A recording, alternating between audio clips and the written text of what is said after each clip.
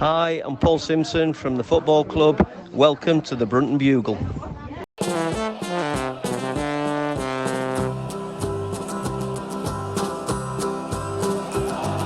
we come, blue and white, and we're looking good. You'll be in for a fight, and we fight pretty good. Getting goals is our job, and we get goals good. Looking good, we are Carlisle United.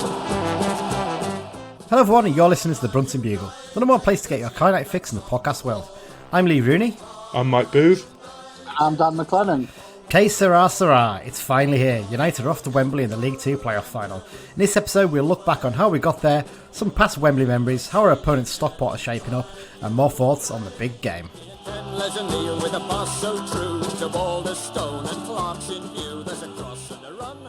Oh, we're on our way to Wembley and our knees are getting all trembly, aren't they, guys? Oh, I think that's just our age, to be honest. Yes, now. It probably is, to be fair, isn't it? But only 2 days to go. It's exciting, isn't it, really? You know? Yeah. How you both feeling? Go on, Relatively Dan, chilled first. out. Relatively chilled out, because I've said all season we're going up, so, you know. Yeah, you've been quite relaxed about it, haven't you, Dan? I mean, to be fair, I dug out the 4-4-2 season preview the other day. Just have a look and see what they said about us. I think they predicted us to finish, was it 16th or something like that? Yeah. But then when you look, when you look up just above the end of your bit that you wrote for them, you said top 7. Why not dream, eh? Didn't you? There we go. Yeah, so we're looking ahead to the big game this weekend, aren't we, guys? It seems mad, isn't it? You know, it's such a quick turnaround from that final last weekend, or the semi-final, last weekend to the final. You don't have much time to think about it, do you? No, not at all. As it stands, I believe both clubs are at the 15,000 mark for tickets, which, given we're both northern, we have an earlier kick-off because of the Premier League, you know, cost of living, transport issues. Bank holiday weekend. I think that's a fantastic effort by both sets of fans. I really do.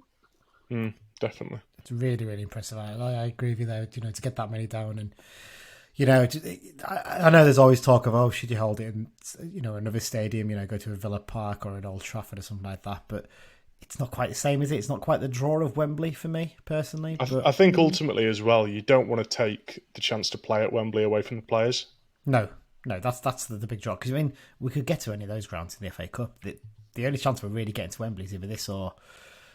I don't even want to say the other word because I know you'll be very offended if we do even talk about it on this episode, Dan. So, so yeah, we'll move on to it from that. So yeah, in this episode, we're going to look ahead to the final, basically. We've already sort of reviewed the Bradford game. We might touch on it slightly later. I think in future we should just call it Tafka Checker Trade. Yeah. The artist formerly known as. Or Tafka LDV or Tafka Windscreen Shield. Tafka Ows, that's what it should be. Yes, so we're going to look ahead to the final. It's going to be a little bit of a look back first on how we got there over the season, just to talk about, you know, how far we've come and stuff like that, and, you know, some of the key moments throughout the season. We'll then be talking a little bit about some of our Wembley memories from previous visits. Talk a bit about some of the narratives around the game because there's a lot of narrative going on in this match, I think it's fair to say. And then we'll talk about Stockport themselves and maybe a little bit about what we think the team might be and stuff like that. So yeah. Should we get straight into it, guys? Yeah. Let's take a look back then. How we got there. We're going to go sort of month by month. We're not going to go into full detail in each month, but talk about some of the key moments in each month. I mean, going back to last July, guys. Obviously, we opened things up with a win over Crawley. It was a weird season because obviously the season started in July thanks to the World Cup, didn't it? Which was strange considering we actually played throughout the World Cup anyway. So why we needed to start early, I don't know.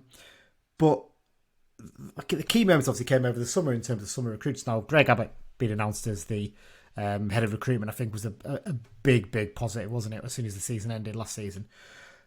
Summer arrivals. When you look back at the ones who came in, I've got down the ones who came in the summer back. Finn Back, Thomas Hurley, Ben Barkley, Owen Moxon, Ryan Edmondson, Mick Kelly, Jack Stretton, Sonny Hilton, Jaden Harris, and Duncan Iden. Now, there's one missing there, but we're going to talk about him when we talk about August instead, because that's when he came. When those were announced, who's the ones that stood out to you, Mike, first? Who was the one you thought, wow, that really sort of raised your eyebrows and thought, okay, maybe we're doing something here? Well, I think Moxon was the first signing, wasn't he? And it wasn't really a case of like, oh, here's a player that's going to take us up to the next level. But I think people who were at some of them early friendlies against, the local non-league teams, I think then we saw, oh, hang on, yeah, he looks like a bit of a player. And to be honest, I mean, of all the players that we signed that you've mentioned then, I think the one that I maybe expected the most from was Sonny Hilton. And, that didn't really happen. But, that's football sometimes. Yeah, it is. Dan, what about you? When you look for those signings, who's the one who stood out to you? There was obviously a little bit of whisper around Thomas Hawley. Not too much was known about him, but I think the one for me was Ryan Edmondson. Because Edmondson had been long touted as a good thing from Leeds. He'd been unlucky on a couple of loans. I know when he went to Aberdeen, he got injured early, which really hit him. But he got promoted with Port Vale last season. And I thought, that's handy. And I would probably say Edmondson. And then when Huntington was finally confirmed, and you think there. a little bit, but no, it was only 10th of August, That's true. and you're thinking, that now that's a signing that people will notice, because yes, he hadn't played much for Preston the last couple of years, but he's still got 300 odd games in the Championship and 10-year experience there, So I would say, I think as well, we'd stood in the past. Yeah, well, with Huntington, we'd seen in the past Clint Hill when he came in. How much an experienced centre half who's maybe lost his pace a little bit, but what they can still bring to the team. And going back to the 90s, it's been no surprise really the impact that he's had. 90s are like to Derek Mountfield and Gary Bennett, very similar. Yeah, Sean Teal even as well. You can add him in towards the end of the 90s as well. Yeah, for me, I think I'd probably tend to agree with you, Dan. I think Edmondson was the one that stood out to me, just because I'd seen him a couple of times obviously with Port Vale and things like that, and I thought there's a good player there, isn't there? And Leeds clearly fought a lot of him to keep hold of him as long as they did. From obviously signing him as a 16-year-old, and because we've seen like they're happy to get rid of players if they don't think they're going to make it, like Josh Galloway. They let him go quite quickly. So Edmondson's one of based as well on what I'd read on the Port Vale forums. They were all like, "Oh, gutted we didn't get him actually."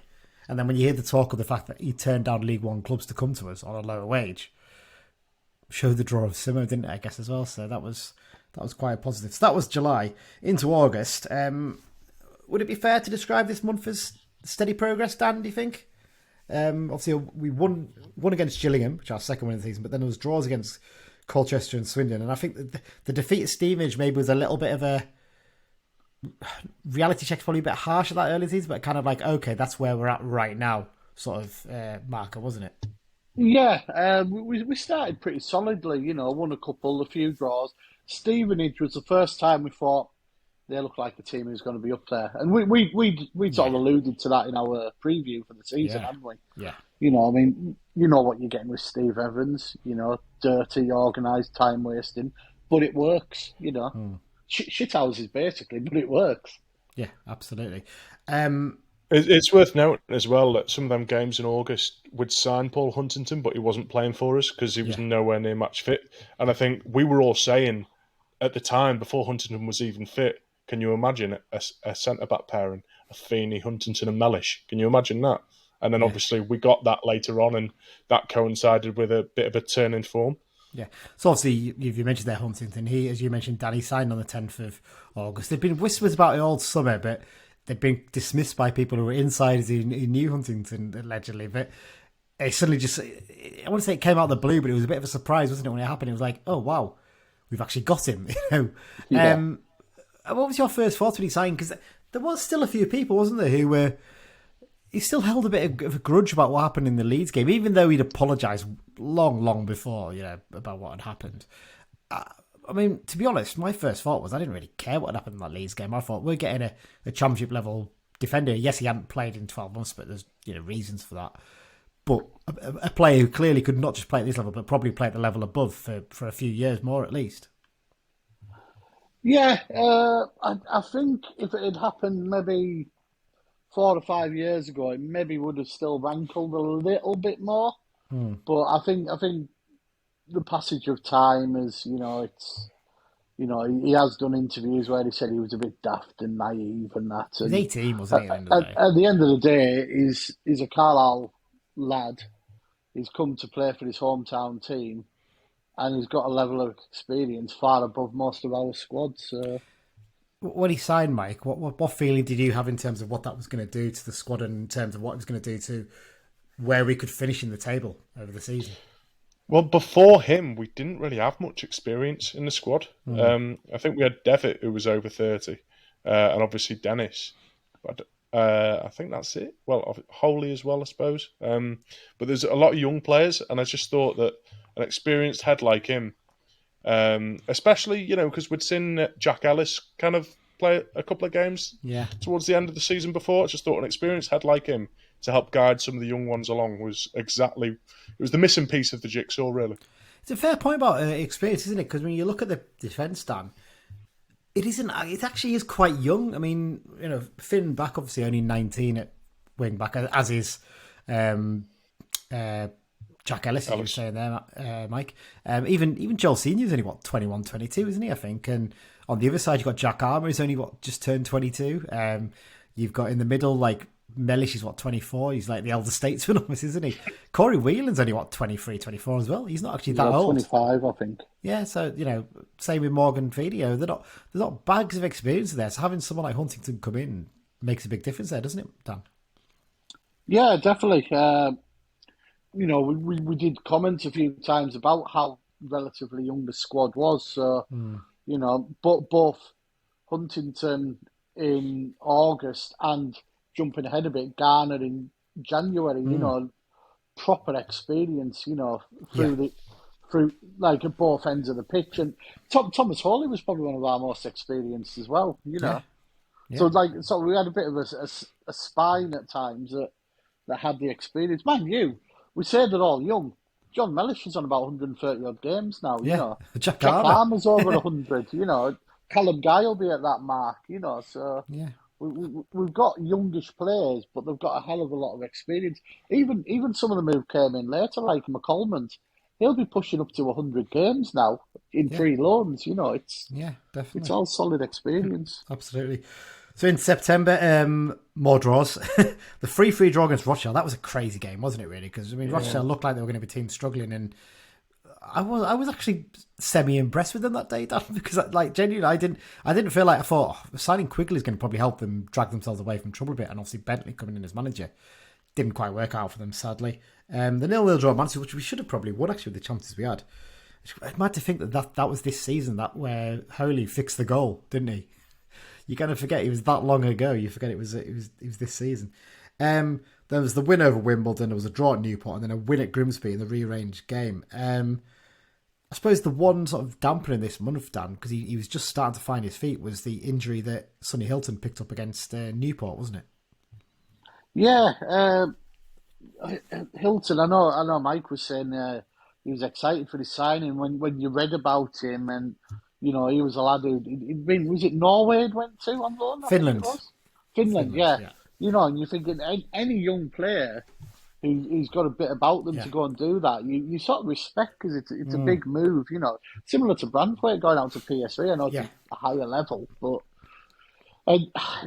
it just never happened for Sonny, did it? His injuries, and that Newport game, he looked really, really good, and you thought, we turned in the corner here, and then Yeah, sadly it didn't work out for Sonny, but I think it's also an element of the fact that he just didn't fit into our system. And it was kind of, I think at the start of the season, we still weren't 100% whether we were going to be carrying on just with this 3-5-2 throughout the whole campaign. As it is, it turned out it worked out a lot better than we hoped. But yeah, September, a good month, undefeated, getting through till the end of it. And into October, it started with a ball draw against Crewe. Ball draws were a bit of a problem throughout the season, weren't they, Mike? That's one thing, was it 6 or 7 0-0s? And there's positives and negatives. That one, that it shows just how solid you are, not conceding as many goals in games, but also sometimes found it hard to break teams down, didn't we? Yeah, although you say ball draws, I mean, obviously we had a lot of them, but we had a few thrilling draws as well. Yeah. You know, you mentioned that 3-3 against Rochdale. We had a 3-3 against Harrogate. We had the 2-2 against Stockport much later in the season. I think just draws was the main issue, and it's one of them. You just think if we'd have just turned 2 or 3 of them into wins, we would have probably gone up automatic. Yeah, it's frustrating when you look back at it, really, isn't it? In that sense, but there you go. So into October, we got that draw against Crewe to start, and then the impressive wins over Hartlepool and Doncaster, and that was when we were starting to get a feeling, okay, we're a pretty good side here, aren't we, really? I mean, especially the one over Doncaster. I mean, Doncaster were very disappointing over the season. Hartlepool... Well, bear in mind as well, at this time, we had so many players out injured. And it's a fair we were doing well, and we were all saying at the time, if this is how we're doing now, how are we going to do when we've got a fully fit squad? Yeah, I mean, you think back to it, we were naming Bilardo and Carr on the bench for these games. Yeah, both of them are gone now, which is crazy to think again. You know, you look back on it and you got Speaking of Bilardo, you can actually back him for first goal on Sunday. I saw that. It's ridiculous, isn't it?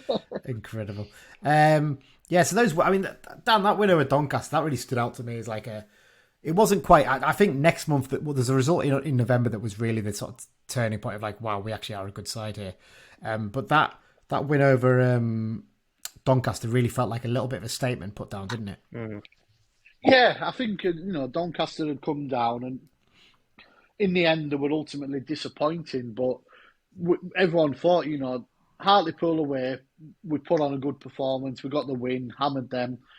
They looked poor, admittedly. Yeah. But the Doncaster game, you're like, wow, these were League One last season. We've rolled them. Yeah. And it could have been 5 or 6 that day. Yeah, we took our foot off the pedal, didn't we? Later on, we're just like, we'll cruise for the rest of this. But I think as well, I remember that Doncaster game. I think we were pretty much level on points with them going into it. Yeah, we were. And I remember that our fans were quite positive about where we were in the table, and their fans were absolutely devastated with where they were in the table. Yeah, and I think McSheffrey got sacked. He did. Days after, didn't he? You're right. You're absolutely right there, Mike. Now that was followed up by the defeats against Orient and Stockport. The Orient one, I don't think any of us were particularly angry or frustrated in terms of the way we'd played after that, were we? Because we'd actually probably could have won that game without the refereeing decisions, which we won't go over again because that's been and done. I think it was the Stockport game that followed it up. It was a bit disappointing, wasn't it, Dan? But with that, I think there's an element of the fact that we were a bit drained from that Orient game, and after there was 2 or 3 more players who actually missed out in that game, weren't they? I think Stretton had to come off the bench, and I think we even had to start Toby in that when he clearly wasn't fit, didn't we? So I think it's one of those ones, wasn't it, really, that game? Yeah, Orient, I think everyone will be in agreement that we deserved at least a point that day. Yeah. We got the two apologies from the EFL in the aftermath. Unfortunately, apologies don't equal points. But it was such a to and fro game. It was very similar to the Stockport home game later in the season. Two good teams going at it. To the fact it actually hindered us in the Stockport away game, where we looked flat as though we just sort of, relying on the same sort of 11 or 12 players, and we just ran out of energy. That game, and Stockport looked a very, very good team that night. Yeah. It's a surprise that they never actually went fully up, Yeah, yeah. They had just a couple of little stutters towards the end of the season, I think, didn't they? To cost them that top 3 place in the end. But I think as well, at this point, Stockport were about 17th on the table. They weren't that high, were they, now? But we all knew at the time that wasn't going to last very long. No. It was a very, very much a false position, wasn't it? Yes, we finished the month with a comfortable win at Tranmere. Into November, beat Tranmere again for the second time in 7 days in the FA Cup, only to go out at the end of the month against Walsall, which was a bit disappointing, but in the grand scheme of things, it worked out quite well for us. Walsall had their little run in the FA Cup, but they didn't do anything in the league, whereas we did. Then that was followed by the draws against Walsall and Harrogate. You might want to talk about the Harrogate draw, Mike, before I go on to talk about the Salford game, because that was a crazy game, wasn't it? That was a real sort of an epitome of what we could do in the season, wasn't it? Because when you think about it, we didn't play very well, but we managed to grind out a result. Obviously with a last minute Moxon goal, but that was a real epitome of like the never say die attitude of the team, wasn't it? Yeah, although Sera was furious with the point. Oh yeah, and quite rightly so. But that game as well. We were all saying it in the stand about 10 minutes in, just how much we missed John Mellish that night. Yeah, and how pivotal he has been this season. And, touched on later in the month to the Salford game. He changed that game. And, that Harrogate game without him, we just didn't look the same team. It was a bit of an eye-opener, wasn't it? To like, oh, right, he actually is really important to this team now. He really does make a massive difference. And, yeah, not having him on the left side of defence didn't work. We think we ended up switching to 4-3-3 eventually, didn't we, in that game? And then, we huffed and puffed, so we didn't really play that well, but we just kept going and going. And obviously then when the Moxon goes in, we go all crazy, don't we? Yeah. Brilliant moment of the season. Well, let's talk about it then. The result at the end of the month that you sort of jumped ahead to there. Salford 1, Carl United 4. Damn, this was the statement, wasn't it, of how good a team we were? Because Salford are a decent team. They managed to peg us back. We took an early lead and they pegged us back in this game. But second half, when Sera made that tactical switch and Mellish pushed into midfield, we just blew them away, didn't we? We absolutely annihilated them. Salford have always been a top 8-ish team this season, pretty much. Certainly top 10. And the second half, the ease with which we controlled the game, I mean, let's be honest, we could have got 8 on this game if we their keeper played well. Yeah. And, it was statement, and I think a few other teams will have went, wow, it's the energy. It's the energy we played with as well, isn't it? We were just constantly at them from pretty much the first minute, harassing them, and they didn't. They threatened us a couple of times the first half, but the second half they had the goal, and that was about it, wasn't it? You could see by then they were desperate for it. If you're one of the other teams in and around the top sort of 10 at that time, and you see us doing that to them in front of a massive travelling support, and everyone a team together, you must be sat there thinking, these are going to be tough. Yeah, absolutely. I remember as well, I mean, I've seen us batter loads of teams over the years in various games, but I'd never seen a team so clearly, psychologically scarred as Salford that night. That day, because, I mean, every time they tried to go forwards, we just hit them on the counter and would score or nearly score. And so it got to a point where they were terrified to even try and attack us because they knew that if they did, they'd just get hit back twice as hard. Yeah, absolutely. Into December. Started with a draw against our bogey side, Sutton. That's a given, really, isn't it, these days? The narrow defeat at Northampton. Didn't actually play that well that night, but again, we should have had the draw. Toby should have had his goal for the season, which is a real shame he hasn't. Another apology from the EFL. Exactly. Again. Apology. That's Northampton 2 less points and us 1 more, And a big blow this game as well, losing Ryan Edmondson for, the best part of 3 months it was with the dislocated shoulder, because he was just starting to find his feet at this point, wasn't he, Dan? Yeah. Really, really frustrating. And there wasn't really anything done when the challenge happened. It was... Yeah. Bit annoying to say the least. Towards the end of the month, though, over the Christmas games, 2 very good results. The 1-0 win over Bradford. I mean, 1-0 does not reflect what the scoreline should have been in that game, does it, Mike? We tore them apart for that game, and I know they had a few chances at the other end, but we should have had 7 or 8 in this game, if it wasn't for the keeper. He had another brilliant game for them. And then the win at Crewe as well, where we, again, Dan, sorry, Mike, I think you wanted to cut in there, possibly. Well, I was just going to say, the Crewe one for me, I mean, the Salford one the month before was the first game that made me think, can we do something this year? Yeah. But the Crewe one, sometimes it's the games against the less fancied teams that we kind of ground it out, but we ground it out comfortably, if that makes sense. I think Lumsden said on the radio that, you remember, he remembers the big wins against the likes of Northampton when he won the title with us, but there were some wins against lesser fancied teams that you get in the dressing room after, and you're thinking, we've earned that, Yeah, absolutely. I mean, Dan, on this game at Crewe, that 3-0 win, brilliant performance, pretty much dominated. They barely threatened our goal. It was a bit of a blow, though, wasn't it, with the injuries that were picked up in this game, particularly Taylor Charters. He'd done brilliantly to get into the team and actually keep his place, and he looked like he was going to keep his place at the end of the season, didn't he? Him and Gibson were sort of fighting out for that attacking midfield place, and then to do his hamstring in that game, and I think, was it Finn Back as well, did the same, didn't he?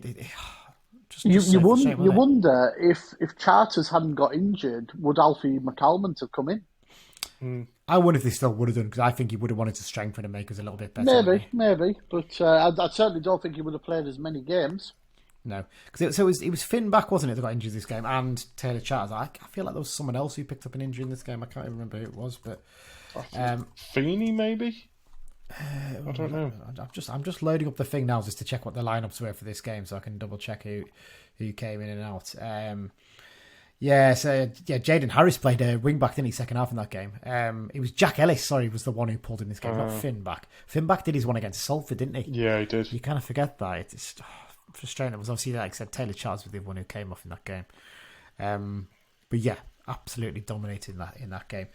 Into the new year, January started off not very well at Doncaster. A bit of a baptism of fire for Joel Senior on his return, wasn't it? I think just cutting in there, sorry. When you look back through the season, we do seem to just chuck the odd silly game in, don't we? The game at Stockport, the game at Doncaster, the Mansfield home game, just annoying performances, But absolutely. So we didn't start that well at Doncaster.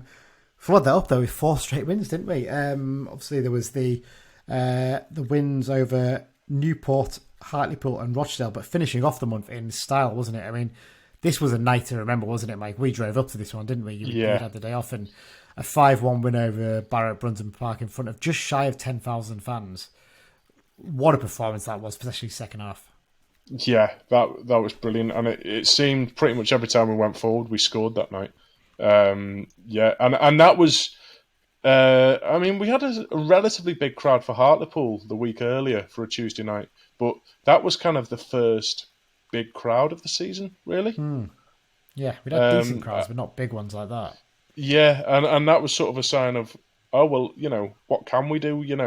If we're getting people behind us, getting towards the running, we can get people on board here. Proper special night, wasn't it, Don? That was fantastic. Cumbrian hierarchy was confirmed. Exactly. We absolutely bashed them.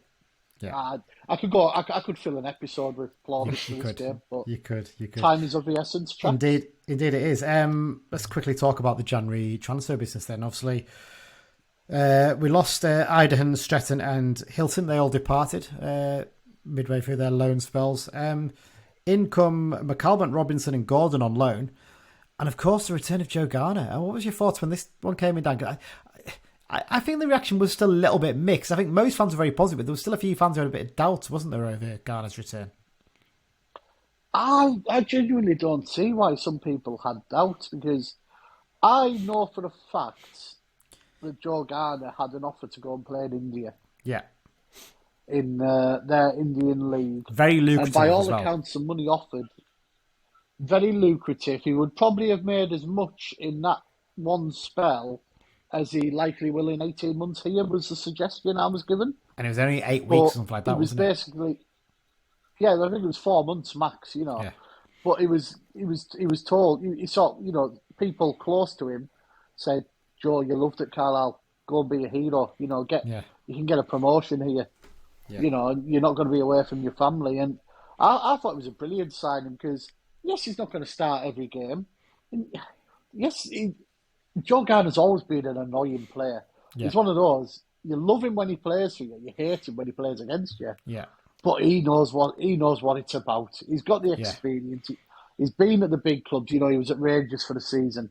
He was at Preston. He was at so-and-so. Forest, yeah. He's been around the block. He knows what he's doing.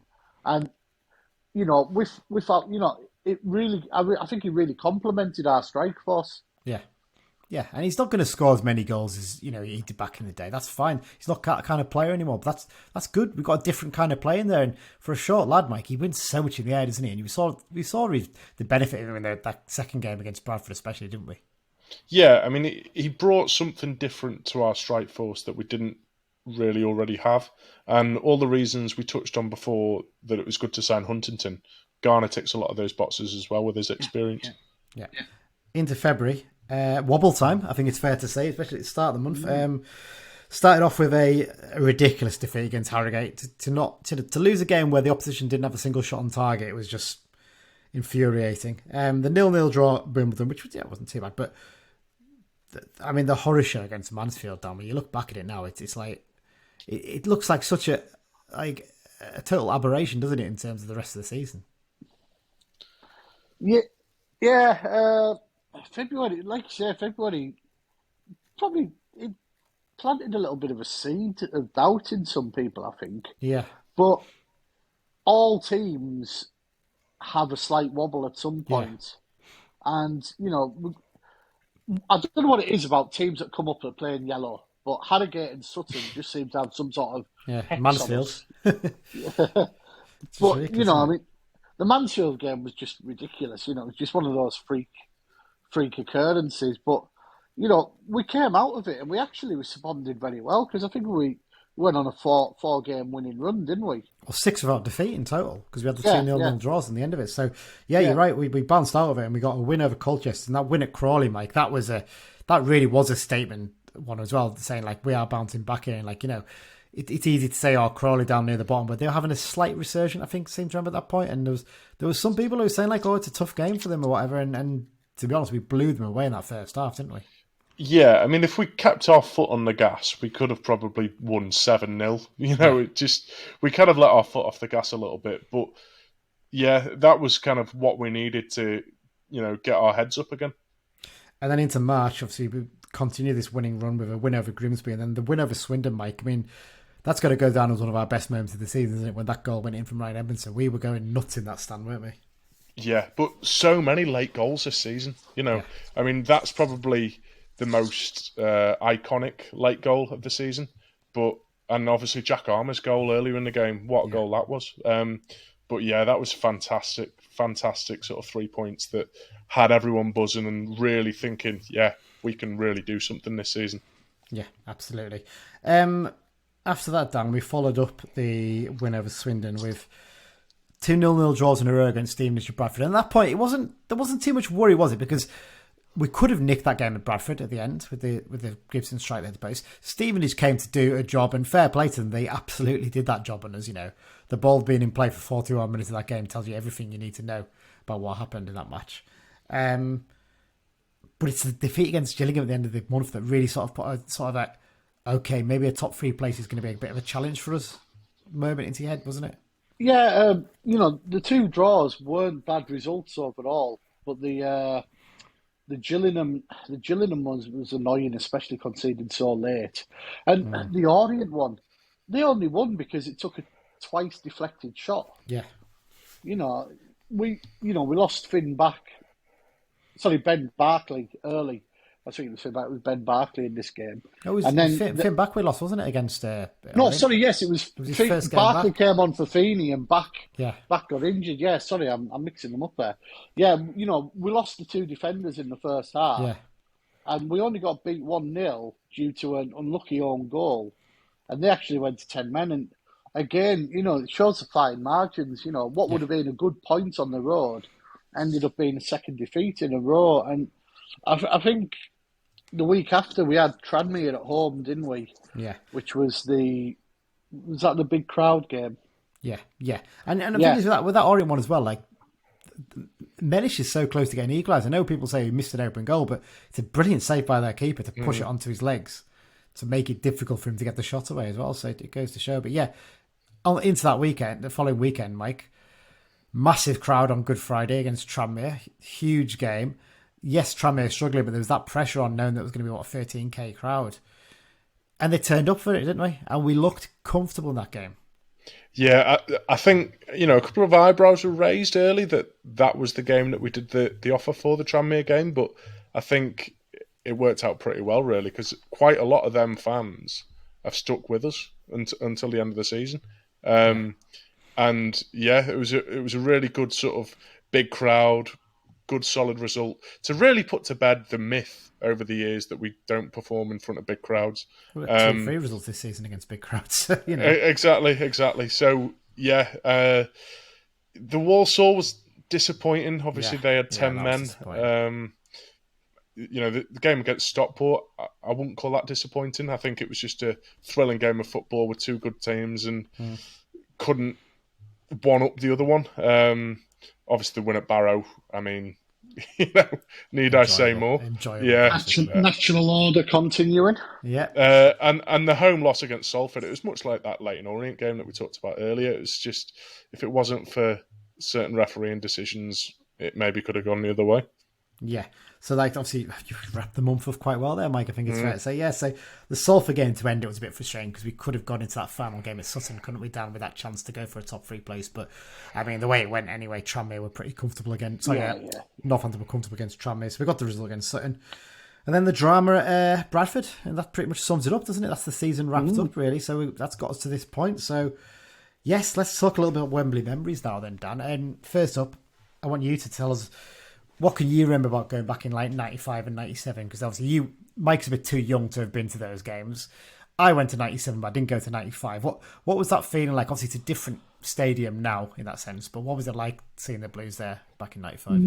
95 was just the icing on the cake to a league-winning season, and the fact it was our very first time, grown men were crying. It was like, Carlisle at Wembley, what's this about? This has never happened. It's never going to happen. It'll never happen again. And I think because we were top of League 2, Birmingham were top of League 1. Both, we sold 26, they sold 50. It was full. The occasion, people genuinely weren't bothered about the result in the end. It was just, wow, we've seen Carlisle at Wembley. That's amazing. I remember watching it on board of TV. Because it was live on TV, it was just what an amazing feeling it was just to see Carlisle play. Oh, it was, I did. Me and a mate did 3 nights in London for it. I was nearly 17-year-old, just turned. 3 of us. We went to Charlton Luton on the Saturday just to do a random game. Tick a ground up, and it was just walking around in our Carlisle tops and folk like, "Oh, Carlisle, you're at Wembley first time." And you're like, "Yeah, we are," And it was just a genuine buzz. It was just amazing. It really was. 97, we actually took a few more this time. We did, yeah. People forget that. Yeah, I think we took about 1,000 more, bizarrely. Yeah. And Colchester only took about 11,000. Yeah, wasn't a massive following from them. Yeah, which you can get from Colchester to London in an hour, roughly. I think they've been a couple of times in the playoffs before that, though. That's why I've taken a bit off it. But no, the Colchester game, it was more, wow, we're back. Yeah, let's win it. Let's win. And the game itself was atrocious. It really was. It wasn't the best. Probably quite helped because we'd had a heavy Saturday night drinking. Being old enough then, 19 by then. Oh, because you definitely didn't drink in 95 when you were into that one, did you? Not much. No. Just 1 or 2. 1 or 2. Okay. I was only a youthful. I've always looked youthful. I know. Yeah. But no, 97 was more. Yeah, I mean, I've regularly said I rate the 97 team more than the 95 team. Yeah. And I think it was important. We won them. We were 3-1 down in those penalties, so to win it 4-3 was just absolutely fantastic. And it really was good. I mean, we went by minibus that time, stopped the Saturday night, and we were going back up the M1, etc. after the game in the minibus, and it was just a procession. Yeah, because obviously Colchester fans weren't going our way. Every service station was like an absolute party zone. You felt sorry for the people working at them. 1,000 Carlisle fans.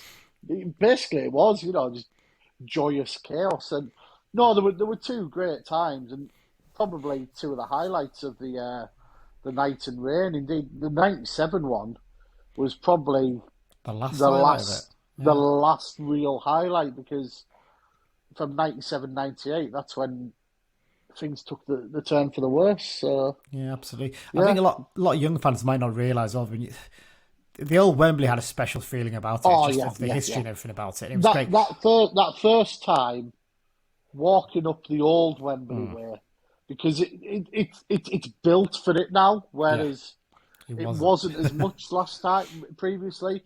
You get off at Wembley Park and you see the Twin Towers, and you were just like, "Fuck me, yeah." I'm going to let you away with that F this time because it's worth saying. Well, no, that's why I said it. It was just it was one of the the very few moments where you literally didn't have anything to say because you were just like, yeah, Yeah, it's great. I remember going. I would have been 12 back then. Yeah, 12 back then. And we went down on the bus, from what I remember. I remember going to Wembley and seeing all the stalls selling the flags and the scarves. Yeah. It was that. I mean, I can't imagine what the kids like. Young Craig, who does the reviews for us, what it's going to be like for him going down to the game. Yeah. It's going to be amazing, isn't it? And the one thing I'd say is we romanticise it very much, and yes, there is the romance of the old Wembley.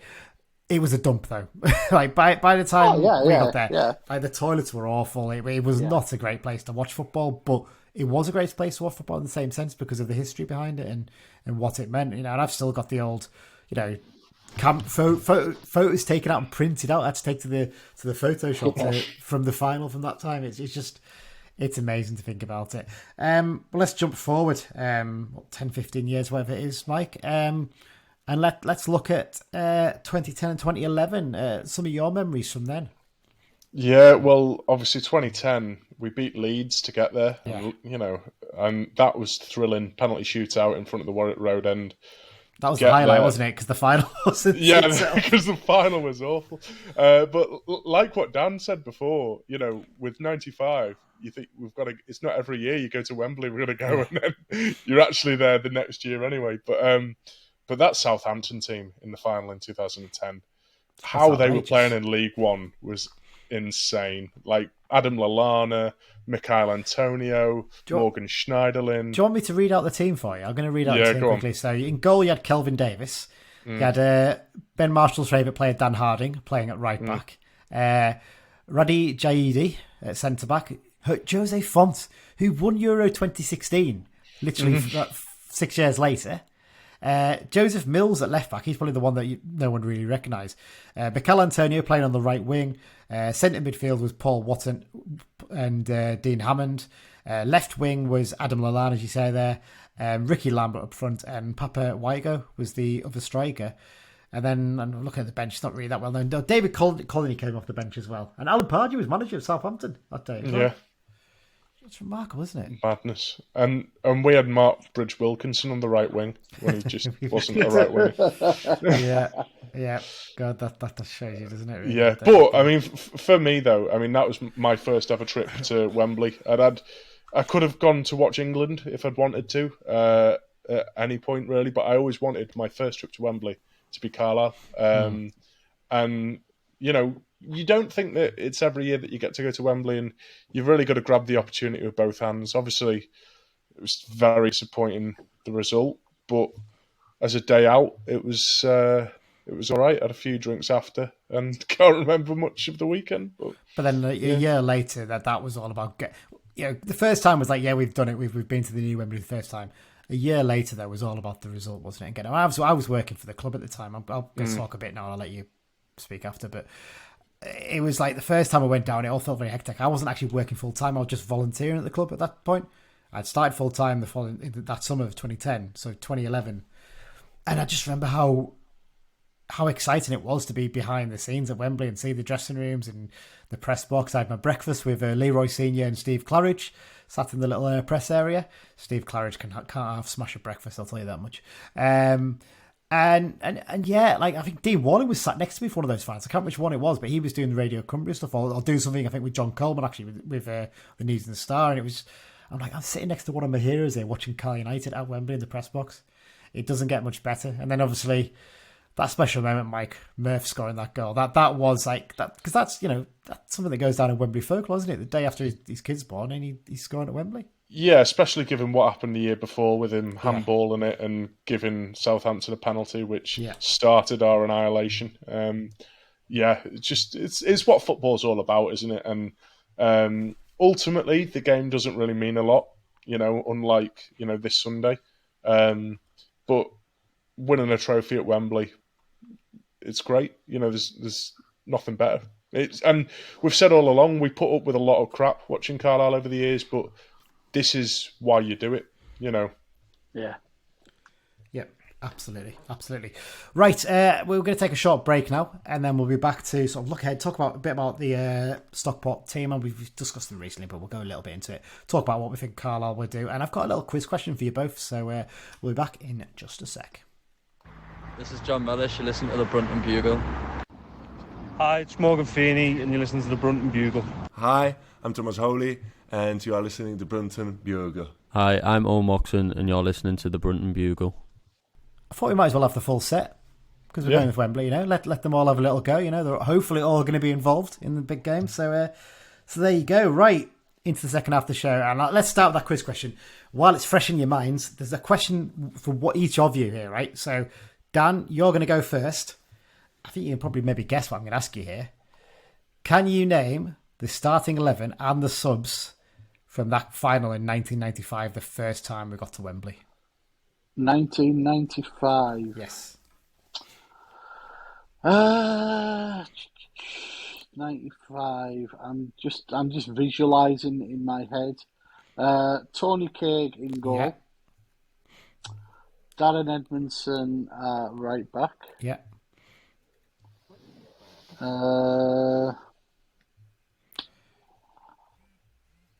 So obviously it's the 4-4-2 basically, essentially. yeah, I've my head's gone blank on left back. Gallimore. Yeah, Gallimore. Dino. Yeah. Mountfield. Yeah. Reeves was up front. Yeah. Thomas. Yeah.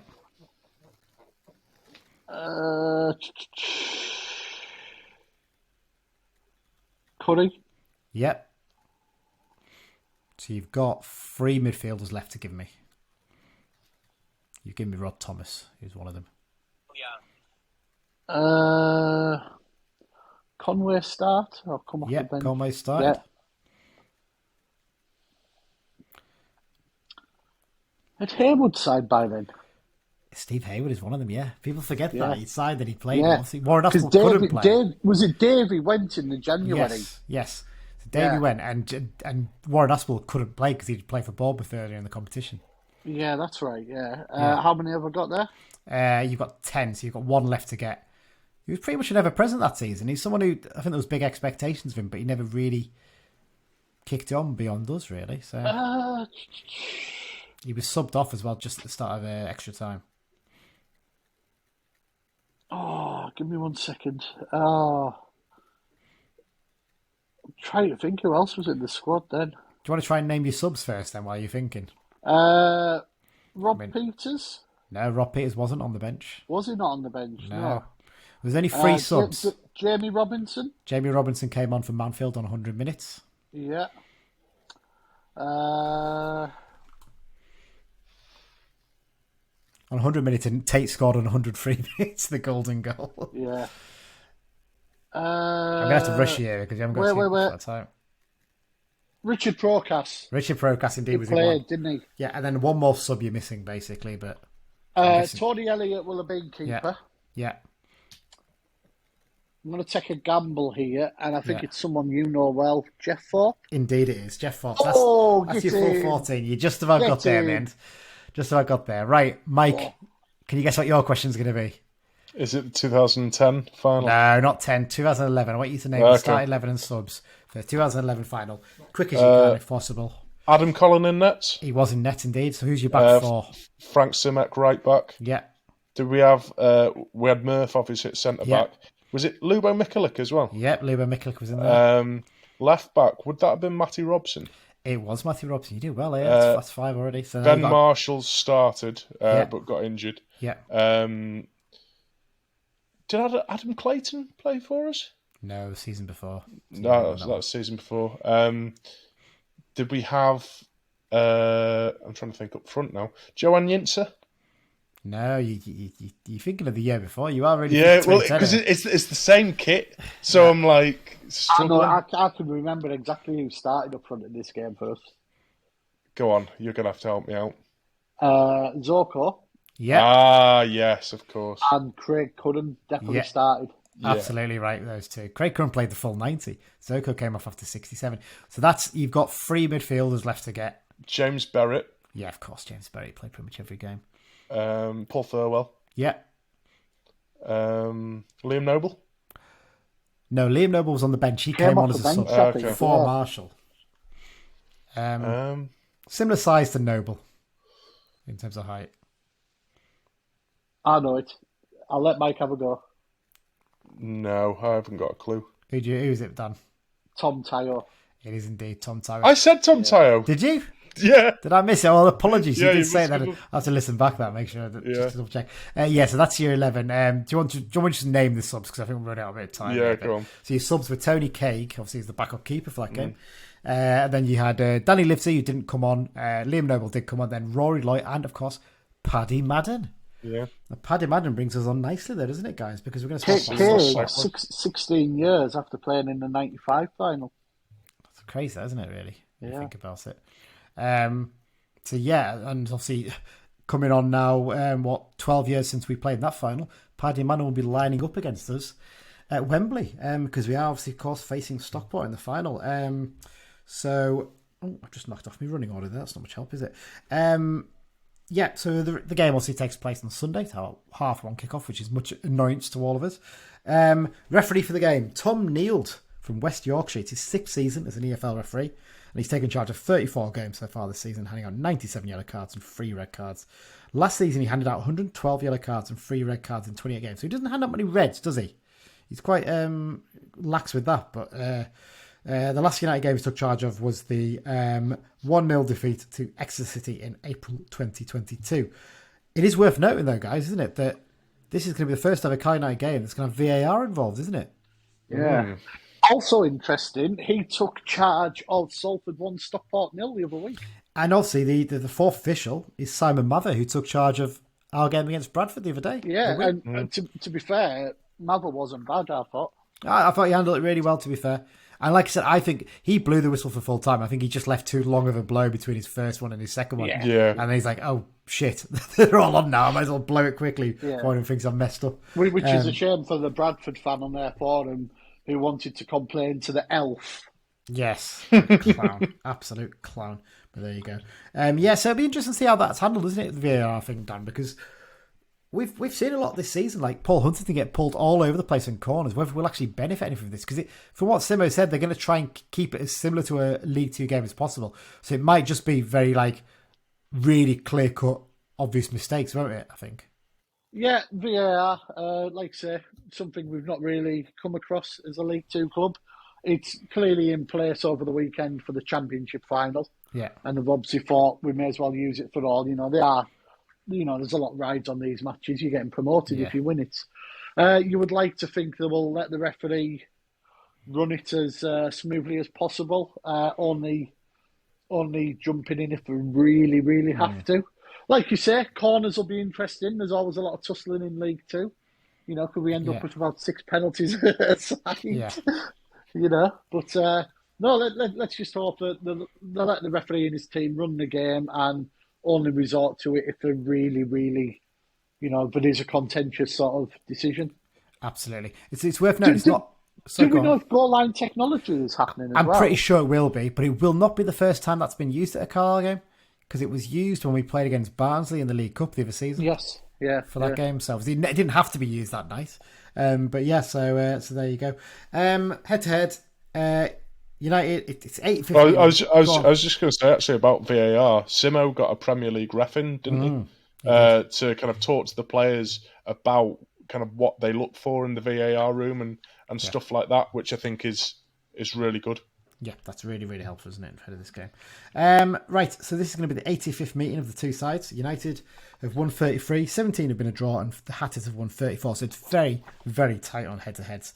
So looking at Stockport then, Dan, I mean, it's remarkable the rise they've had, isn't it, in recent years to come from where they've dropped to, because anyone who's listened to the Behind Enemy Lines, which we did separately this week, we had as a separate episode to give you something a little bit extra to listen to. Russ from the Scarf Bagara War podcast was telling us, wasn't he, that 6 seasons they spent in National League North. I mean, we all look back and think, God, our season in the national, what was the conference then for 1 season was bad enough, but 6 seasons at the level below that for a club that big, that must have been horrible for them for those years. Oh yeah. It's Stockport are what I deem a proper club. Yeah. I mean, if they don't go up, meaning we've won, I would like to see them go up next season, because they are a proper club. They're very similar to ourselves, similar sort of size, I would say. Yeah. We've both sold similar amounts. And compare and contrast to the Bradford fan base. Yeah. It's like day and night. Yeah, the Bradford. I don't want to say they're arrogant because it's probably a little bit harsh, but It's annoying because I think it's one of those where the bigger voices show them up. Yeah. Because like I referenced a couple of times my couple of Bradford mates, and they were completely gracious. Yeah. My mate Dave in the first game messaged me on the hour mark. Bloody hell, this ref's a homer. And immediately within like 20 minutes of the game finishing last week, both of them, never mind, best of luck to you. I hope you go up, And yeah. I think the online sort of percentage of them is overshadowed and made it. It's almost created a rivalry between the two teams. Yeah, which is a bit weird, isn't it? Really, I mean, which is the reason why I want to go up, so we don't have to play the weirdos again. Exactly. Whereas the Stockport fans, there seems to be almost like not quite a friendship, but they seem to get on quite well, don't they? There's respect. There's a mutual respect, isn't Absolutely, there? Absolutely. I mean, some of the teams they played at that level, Dan: Vauxhall Motors, Gainsborough Trinity, Corby Town, Lowestoft Town, Alfreton Town, FC United. it's like. It was a proper wake up call for them, wasn't it? Really, when that happened, I would have said. Yeah, I mean, when you're in those low leagues, the National League North, and that's where you really notice. The likes of Scunthorpe are really going to notice it this season. Yeah. There are one or two smaller teams in the National League, but at least 2/3 are decent standard. National League North, that they're going to be playing South Shields. Yeah. That's a wake up call. Yeah. That's a big wake up, which is no disrespect to South Shields because they're on an upward tangent themselves at the moment, but yeah, it's rewarding Warrington for Town. fans. Warrington Town, they're going to be playing, aren't they? Yeah, that's the kind of eye opener, isn't it? That they get. So there you go. Let's talk about some of the key men in their squad quickly, Mike. I've picked out one from each position. Obviously, in terms of keeper, Ben Hinchliffe. Not Hinchcliffe, I should say, as I was corrected on the behind enemy lines by Russ. His story is incredible. From a lorry driver a few years ago to, I think, record number of clean sheets for Stockport and a proper club legend. Probably one of their greatest ever players. Their fans are saying. You've got obviously Horsfall at centre back and Collar in midfield, and then the one that's worrying us all, isn't it? Paddy Madden in attack. I mean, you say Paddy Madden, but all of their options in attack, they're very good. I mean, like Miles Hippolyte, obviously he was at Scunthorpe last season, but he's looked a very good player for Stockport this season. Yeah. And I think any other team, because Wotton's injured, isn't he? He is, yeah. So Wotton. I was just going to ask, what's the situation with their injuries at the moment? Because I've not had a chance to listen to the preview with their lad yet. Well, Wotton is I think the only one really who's out injured. So Collar's back. Right. He was back for anything. Madden came back for the semi-finals. Also, pretty much got a clean bill of health for this game, which is frustrating. But then Wotton is such a big player for them. He's made such a big impact in his first season in the league with them. So not having him available actually is quite a bonus for us in that sense, I suppose. But I remember earlier in the season, Paddy Madden was kind of on the bench, and a lot of their fans were kind of a bit gutted for him because Wotton was banging in the goals, but they were kind of a bit, Madden should be playing still. Yeah. And obviously, Wotton being injured is what's given Madden his game time. But they've got so many options in attack. And they were the team, when the league season ended, they were the team that I feared most in the playoffs. But we're all where we are on merit, and it's one game of football. Anything can happen. I think I've said a couple of times, the 4 playoff teams are very much of a muchness. Yeah. And it's who turns up on the day, literally. And, we said at the start of them, it's cup football now. Yeah. And it's basically who turns up on the day. Exactly that. And obviously, as we mentioned before, there's quite a few links in the squad. Obviously, Madden and Jack Stretton in terms of players in there. Clint Hill is on the coaching staff. He's on the bench. You've got, and then obviously Simo's son, Jake, is the head of performance, isn't he, for Stockport? So that's a nice little Radio Cumbria have run a couple of good little pieces on the Simpson family rivalry this week. Yeah, it's going to be a really interesting one to see that, isn't it? Well, let's talk about United then. Let's get this all wrapped up.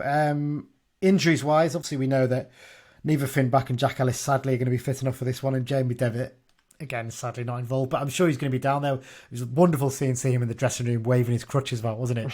In the game. And actually, we were saying, Mike, at the end of that game against Bradford, he was the one pretty much helping Simo do the team talk, wasn't he? And geeing the players up. And shows what a big character he is in the squad, really. So Bar, Back, Ellis and Devitt, a full squad to choose from, except for Barkley, which we've discussed already how sad it is he's not involved in. But from the reports I've heard, he's been very much involved in training and been, when they've been playing the starting 11 up against the other lot, he's been part of the other lot team, and I've heard that the other lot team are doing very well in those games. So that it sounds like the players who are waiting to come in potentially, could be raring to go. So obviously goalkeeper, we know Holy's going to start. That's a given. Defence, Barkley's unavailable. Dan, Big John straight in, isn't it? Big John straight in because he fits the left-hand side like a glove and is key to how we can switch. Yeah. That leaves the question, does Whelan move to the right or do you take a gamble on Feeney starting? My opinion, Mike might have a different opinion to me. I would stick with Whelan just because he's fresh and he's been playing the games and he's got the consistency of form of being in there. I think you could trust to drop Feeney in. I don't have any doubts about that. But for me, Whelan's got us there. He's in a good run of form. Don't change any more than you have to in the defence, in my opinion. Mike, it's really, really toss of the coin for me. Yeah. It really is. It would be incredibly harsh on Whelan. Yeah. But at the same time, Feeney's the better player for me. It really is toss of the coin. As we say every week, who'd be a manager? Yeah. Mike, what would you go That's for? the greatest get-out clause we have. Well, I would agree with everything you said about Whelan, but I would base my 11 based purely on players who have the potential to score and have the commentator say, you couldn't write scenes like this. So for me, Feeney, been the captain, been out injured, his first game back, he would fit that bill for me. He'd also fit the bill of him pulling up after 10 minutes or something. That would be sod's law for on the flip side, if Feeney does start and something happens, Whelan's ready-made, isn't he? Yeah, you've lost the sub very early on. You do lose the sub, but... Yeah. I mean, the question then would be whether Jack Robinson has to drop off the bench, which would be harsh because he's done a good job, when he's come in and stuff. But, it looks like he might miss out on the bench, possibly Jack Robinson, as a result of this. I think you stick with senior right wing back as well. He's done really good in the last two games. No need to change that. Would you agree? Well, we're big square pegs and square holes people, aren't we? And the lad's done all right, huh? Yeah, exactly. Midfield. If we need to chase the game, there's maybe a substitution to be made where he maybe gets sacrificed. Yeah. Yep. Midfield, no change surely there. Stick with the three. Yeah, surely not. Well, I mean, for my criteria that I mentioned earlier, I'd maybe start Charters, local lad, that angle. We're not basing it on what the commentators say, Mike. We're picking a team to win. That's all it is. Midfield, we agree, it stays the same. Attack, pretty much the same as well. I think I'd agree. I'd stick with Garden and Garner. Gordon and Garner. It looked like a good partnership. Again, Garner fits my criteria. Former player, come back this season. Yeah. You couldn't write scenes like this. Yeah. Yeah. You agree, Dan? I think Gordon deserves a start. Yeah. But you could make an argument for any of Garner, Edmondson and Dennis. Yeah. I think I'd stick with Patrick as a sub. I definitely would, because I think he could really affect the game later on a big pitch. Yeah. I think for me, the Bradford game, the way that we did it was testament of everything Simo said about starters and finishers. Yeah.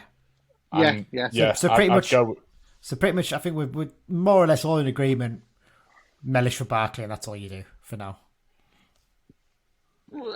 Really 50-50. You're 50-50 on the Feeney Whelan one, but we're generally in agreement on that, aren't we? So there you go. Yeah. Subs is going to be interesting because obviously there's a few players back and stuff, and how he switches things around there will be interesting. I'd imagine poor Jack Robinson's probably going to be the one to miss out on him there, which is a shame for him. But look, he's done really well to help us get there, and I'm sure he'll get his chance next season with us as well.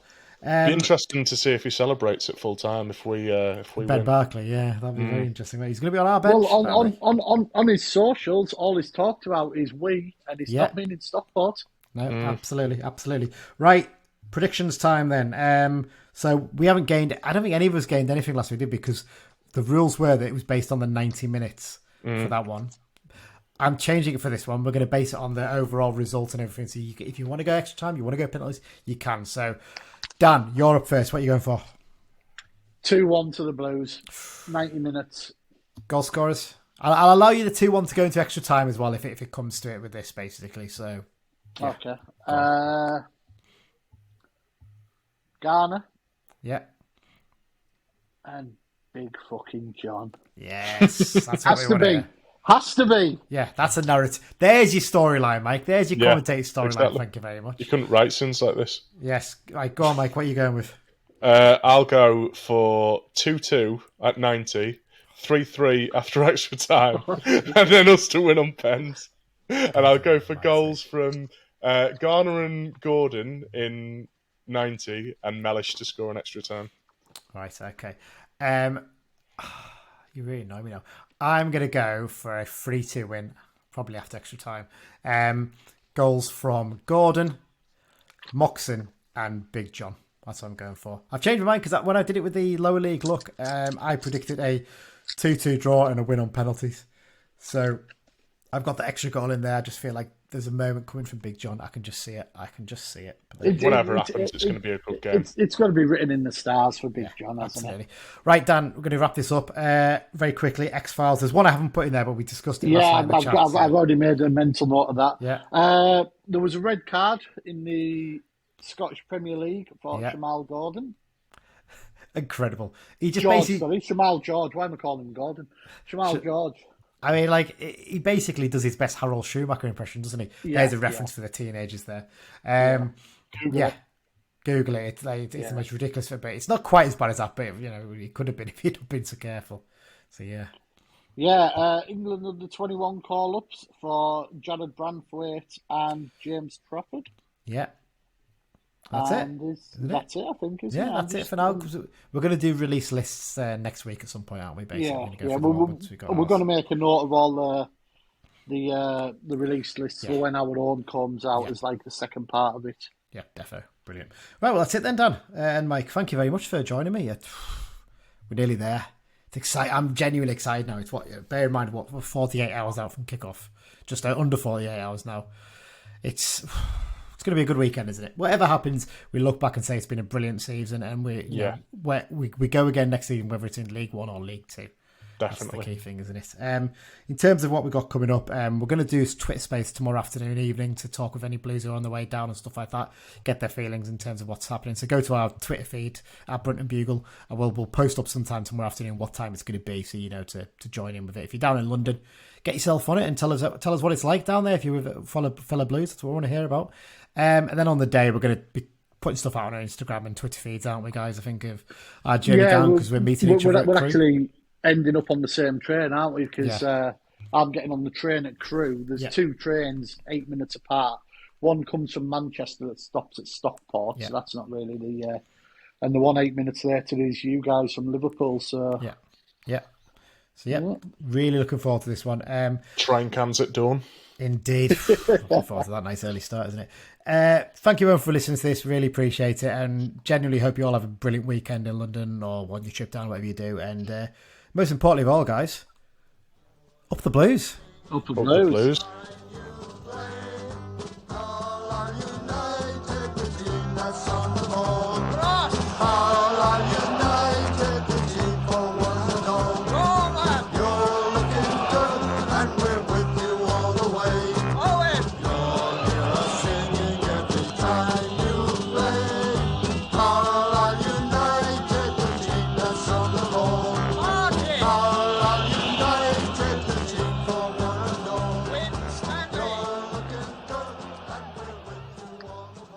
Wembley, yeah? Right, Wembley, yeah. We're all going to Wembley.